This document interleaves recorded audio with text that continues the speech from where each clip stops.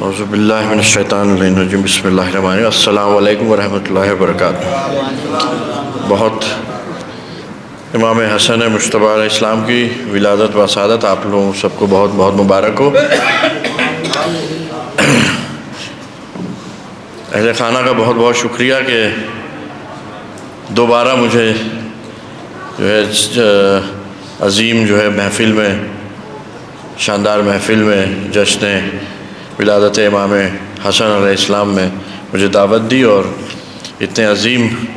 یہاں پہ علماء حضرات اور ذاکرین بیٹھے ہیں، اور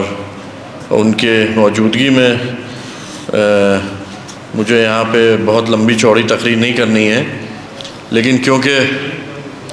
مجھے جیسا کہ پچھلی بار بتایا گیا کہ آپ لوگوں کو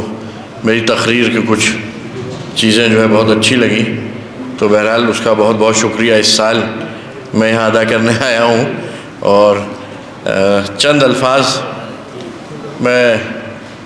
امام حسن علیہ السلام کی کیونکہ ولادت ہے اور ان کی زندگی سے ایگزامپل لیتے ہوئے، ان کی زندگی سے کچھ سیکھ لیتے ہوئے آپ لوگوں کے درمیان رکھوں گا کہ جیسا کہ آپ سب جانتے ہیں کہ امام عالی مقام مولا کائنات امیر المومنین علی ابن ابی طالب علیہ السلام کی شہادت کے بعد امام حسن علیہ السلام کا دور امامت آیا، اور جو مشکلات امام علی علیہ السلام کے وقت آ رہی تھیں، جو ایک سرکش بادشاہ اسلام کو پامال کرنے پہ آمادہ تھا، جو دمشق کے تخت پہ بیٹھا تھا اور جو مسلسل خروج کر رہا تھا، بغاوت کر رہا تھا،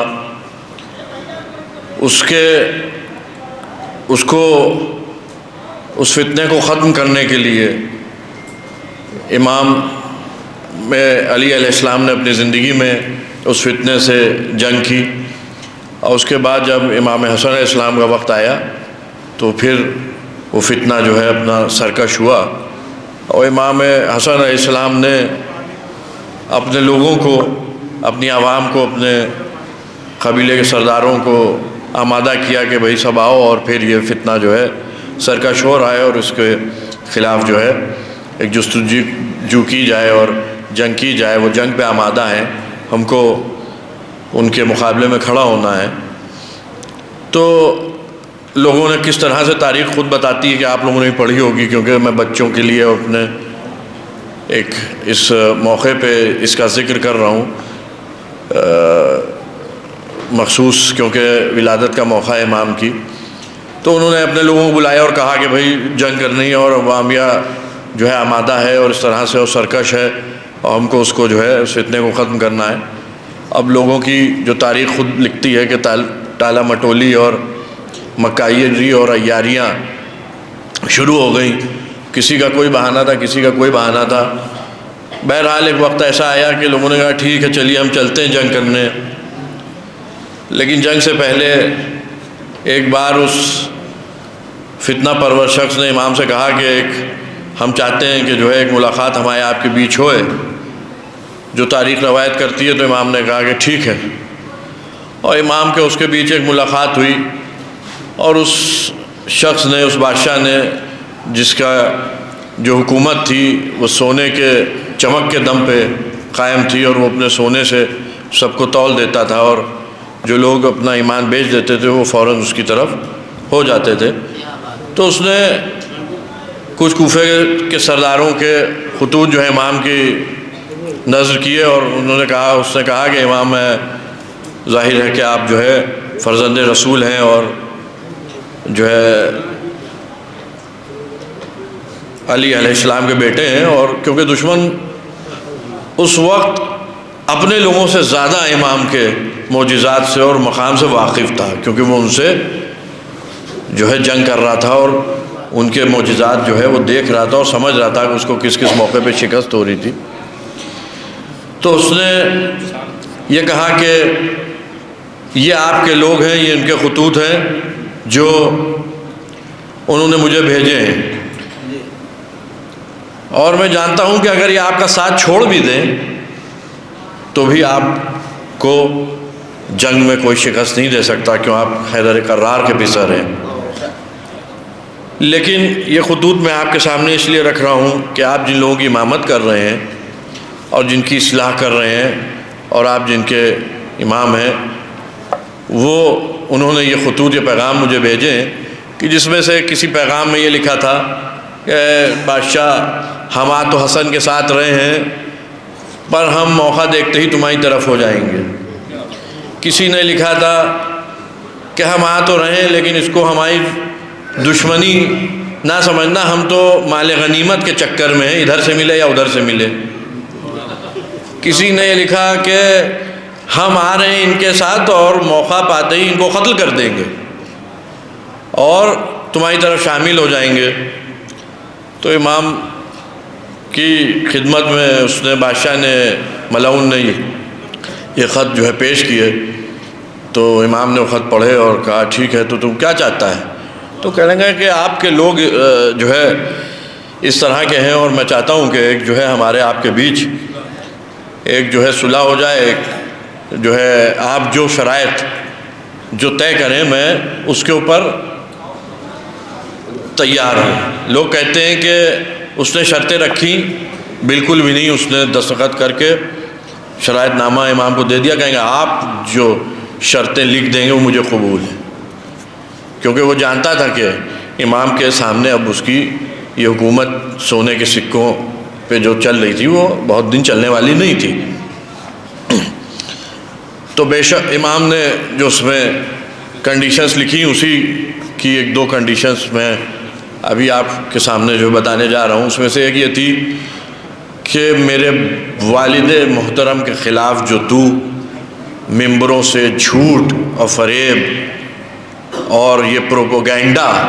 پھیلا رہا ہے، اس کو فوراً بند کرے گا۔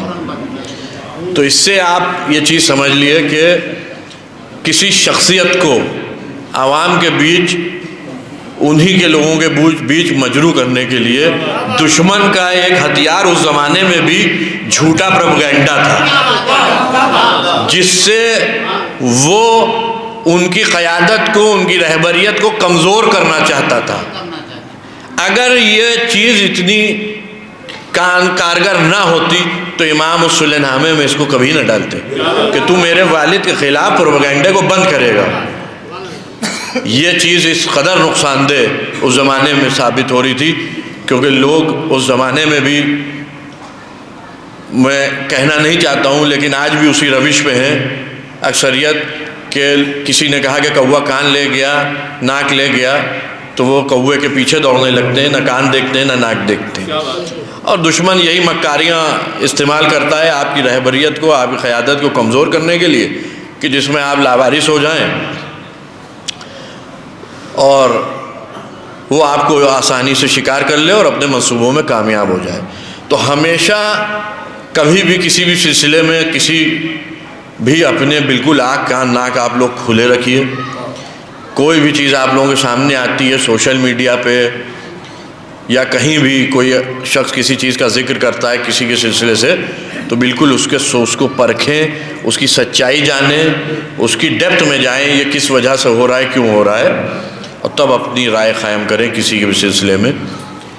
اور یہ ایک جنرل بات ہے، باقی آپ لوگ خود جو ہے ماشاءاللہ صاحب عقل ہیں۔ دوسری ایک چیز جو امام حسن علیہ السلام نے اپنی شرط میں رکھی، وہ جو آپ جانتے ہیں کہ ثابت بعد میں جو اس نے اپنا معاہدہ توڑا اور جس کی وجہ سے امام حسین علیہ السلام نے مدینہ چھوڑا۔ کربلا کے مصائب سے پہلے مدینہ ہی چھوڑنا امام کے اوپر بہت بڑا ایک مصائب تھا۔ جو معاہدہ اس نے بادشاہ نے توڑا ملعون نے، اس کے چلتے امام کو مدینہ چھوڑنا پڑا کہ تو اپنے بعد جو ہے اپنے کوئی ولی عہد نہیں اپوائنٹ کرے گا، اور یہ جو امامت ہے، جو مسلمانوں کی خلافت ہے، یہ واپس ہمارے خانوادے میں آ جائے گی کہ جس طرح سے اس کو ہونا چاہیے تھا۔ اب اس نے مکار نے اپنا معاہدہ توڑا. امام نے مدینہ چھوڑتے وقت اپنے عزیزوں سے، اپنے احباب سے وصیت کی اور کہا کہ میں مدینہ چھوڑ رہا ہوں اس لیے کہ مجھے کوئی حکومت، بادشاہت یا خلافت یا امامت کا وہ نہیں ہے، اپنے نانا کے دین کی اصلاح کے لیے. اور جو چیزیں دین میں حلال سے حرام کی جا رہی ہیں اور حرام سے حلال کی جا رہی ہیں ان کو صحیح کرنے کے لیے، اس لیے کہ اب یہ دوسری جو چیز میں آپ کے سامنے رکھ رہا ہوں، حرام کو حلال کرنا، حلال کو حرام کرنا، یہ امام کا مدینے چھوڑنا اور کربلا میں شہادت پیش کرنے کا ایک جز تھا، ایک مقصد تھا جو اس وقت کیا جا رہا تھا. آج کے دور میں بہت سی ایسی چیزیں ہیں جو ہمارے معاشرے میں بہت آسانی سے، بہت سہولت سے منصوبوں کے تحت گھسیڑی جا رہی ہیں، کہ جس پہ ہم کو ایک خاموشی سے جو ہے چاہا جا رہا ہے کہ ہم جو ہے اپنا سر خم جھکا دیں اور یہ کہیں کہ ارے ٹھیک ہے چلو. جس میں سے بہت سی ایسی چیزیں ہیں، عورتوں کا حجاب کا ایک مسئلہ ہے. آج ہمارے کیا لوگ، پہلے اتنا نہیں تھا، مجھے یہاں کا نہیں پتہ، لیکن بیاج پہ پیسہ چلانا، محنت نہ کرنا اور محنت نہ کرنے کے علاوہ سارے باقی پیسہ اکٹھا کرنے کے طریقہ کار جٹانا، جس میں سے ایک لوگوں نے بنا لیا اوقاف کی بیچا باچی، اوقاف کی خرد بردی. پہلے اپنے بابا اجداد کی جائیدادیں بیچی، پھر جو وقف کر کے گئے تھے ان کو بیچنا شروع کیا، اور سلسلے وار طریقے سے ایک بڑا سرمایہ خرد برد کر دیا گیا. میں نے جو امام حسن علیہ السلام کی ایک جو حالات پیدا ہوئے معاویہ سے صلح کرنے کے، وہ آپ کے سامنے پیش کیے کہ عوام ان کے ساتھ غداری مکاری پہ آمادہ تھی، اس لیے ان کو وہ معاہدہ کرنا پڑا، اس لیے کہ وہ حجت تھے، وہ امام تھے، وہ جن لوگوں کی اصلاح کے لیے، جن لوگوں کی اس کے لیے آئے تھے، وہ سب خود اپنی اصلاح اور اپنا جو ہے صراط المستقیم پہ چلنے پہ آمادہ نہیں تھے. ایسے لوگوں پہ اللہ نے قرآن پہ لعنت کی ہے، ہر موقع پہ لعنت کی ہے، ائمہ نے لعنت کی ہے. وہ لوگ جس بھی چیزوں کا شکار ہوئے ہوں، پروپیگنڈے کا شکار ہوئے ہوں، حرام کھانے کا اپنے شکموں کو پر کرنے کا شکار ہوئے ہوں، وہ جو وجوہات تھیں وہ سب آپ لوگوں کو تاریخ میں ملیں گی. آج پھر اوقاف کو بیچنا، یتیموں کا مال کھانا، بیواؤں کا حق تلف کرنا، وقف کی جائیدادوں کو جو امام کے نام، اللہ کے نام وقف کی گئی ان کو بیچ دینا، ایک روش اختیار کر چکا ہے، جس کے لیے ایک لمبی لڑائی قائد ملت مولانا سید کلب جواد صاحب نے لڑی. بہت لوگوں نے ان کا ساتھ دیا، بہت لوگوں نے ان کا ساتھ نہیں بھی دیا. بہت لوگوں نے ان کا جو ساتھ نہیں دیا ان کی پھر کچھ وجوہات رہی ہوں گی، جیسے اس زمانے میں لوگوں کی وجوہات تھیں جو امام کے ساتھ نہیں جانا چاہتے تھے. سبحان اللہ سبحان. میں اس پورا پس منظر جو میں نے آپ کے سامنے تاریخ رکھی اور آج اس کو جو یہاں پہ ملانے جا رہا ہوں، جہاں آپ لوگوں کو سے التجا کرنے جا رہا ہوں، جو آپ لوگوں سے ہاتھ جوڑ کے گزارش کرنے جا رہا ہوں کہ کبھی بھی اپنی قیادت کو کمزور مت ہونے دیے گا محض پروپیگنڈے کے نام. آپ لوگوں کے اور قائد ملت کے بیچ کسی طرح کی کوئی دوری نہیں ہے. ان کا ہی دروازہ فقط صرف پورے ہندوستان میں 24 گھنٹے کھلا رہتا ہے، اور بہت سے لوگ یہاں بیٹھے ہیں جو اس کے گواہ ہیں. کبھی بھی آپ لوگ جب بھی آپ کسی پروپیگنڈے کا، کسی سازش کا، دشمن کا شکار ہوں گے، آپ کی قیادت کمزور ہوگی، آپ کو شکار کر لیا جائے گا، آپ کے مسائل ہمیشہ مسائل بن کے رہ جائیں گے، ان کا حل نہیں نکل پائے گا. کیونکہ بہت سے لوگ ایسے ہیں وہ یہی چاہتے ہی ہیں، جو مختلف حکمرانوں کے ہاتھوں کی کٹ پتلیاں ہیں، جو آپ کے مستقبل سے کھیلنا چاہتے ہیں، جو آپ کے بچوں کو اسکولوں میں نہیں دیکھنا چاہتے ہیں، جو آپ کے گھروں پہ سکون نہیں دیکھنا چاہتے ہیں، جو آپ کے سروں کے نیچے چھت نہیں دیکھنا چاہتے ہیں، ان کی سازشیں یہی ہیں کہ ان کی قیادت کو کمزور کرو، ان کو ٹکڑوں میں بانٹو، ان کے اندر اختلافات پیدا کرو، اور پھر ان کو الگ الگ خطوں میں شکار کرو، اور پھر یہ اس لائق ہی نہیں رہ جائیں گے کہ اپنی کوئی آواز بلند کر سکیں۔ تو تاریخ آپ کے سامنے ہے، تاریخ سے سیکھ لیے، اوقاف کے تحفظ کے سلسلے میں، اپنے مستقبل کے سلسلے میں خود آپ لوگ سینہ سپر ہوئیے، قائد ملت کی آواز کو، ان کے بازوؤں کو مضبوط کریے کہ ان کی آواز جو آپ کی پریشانیوں کے سلسلے سے، آپ کی دقتوں کے سلسلے سے، آپ کے مستقبل کے سلسلے سے اٹھے تو اتنی مضبوط ہو کہ اتر پردیش سے دلی تک میں بیٹھے حکمران ان آواز کو اس کو ماننے کے لیے، ان شرائط کو قبول کرنے کے لیے تیار ہو جائیں۔ بس یہی ایک التجا آپ لوگوں سے کرنی تھی، اور بہت بہت شکریہ مسعود بھائی اور ان کے برادران کا جو مجھے یہاں تقریر کے لیے بلایا، اور کیونکہ میں کوئی جو ہے سیاسی لیڈر نہیں ہوں، مجھے ایک ذمہ داری قائد ملت کی طرف سے اور جن لوگوں کی قربانیاں ان کے ساتھ اس مہم کے سلسلے میں رہی ہیں، وہ میں اپنی پوری ذمہ داری سے نبھانے کی کوشش کر رہا ہوں، اور کہیں پہ اگر کسی طرح کی کوئی غلطی ہو تو 24 گھنٹے میرا دفتر اور میرا گھر اس کے لیے کھڑا ہے، کھلا ہے، کسی بھی طرح کی آپ لوگوں کو پریشانیاں ہوں اس کے لیے ہم لوگ ہمیشہ حاضر ہیں، قوم کی خدمت کے لیے، آپ لوگوں کی خدمت کے لیے۔ اور اسی کے ساتھ اپنے اور ہمارے قوم کے علماء اکرام اور خاص کر کے قائد ملت مولانا سید کلب جواد صاحب کی صحت کے لیے ایک اس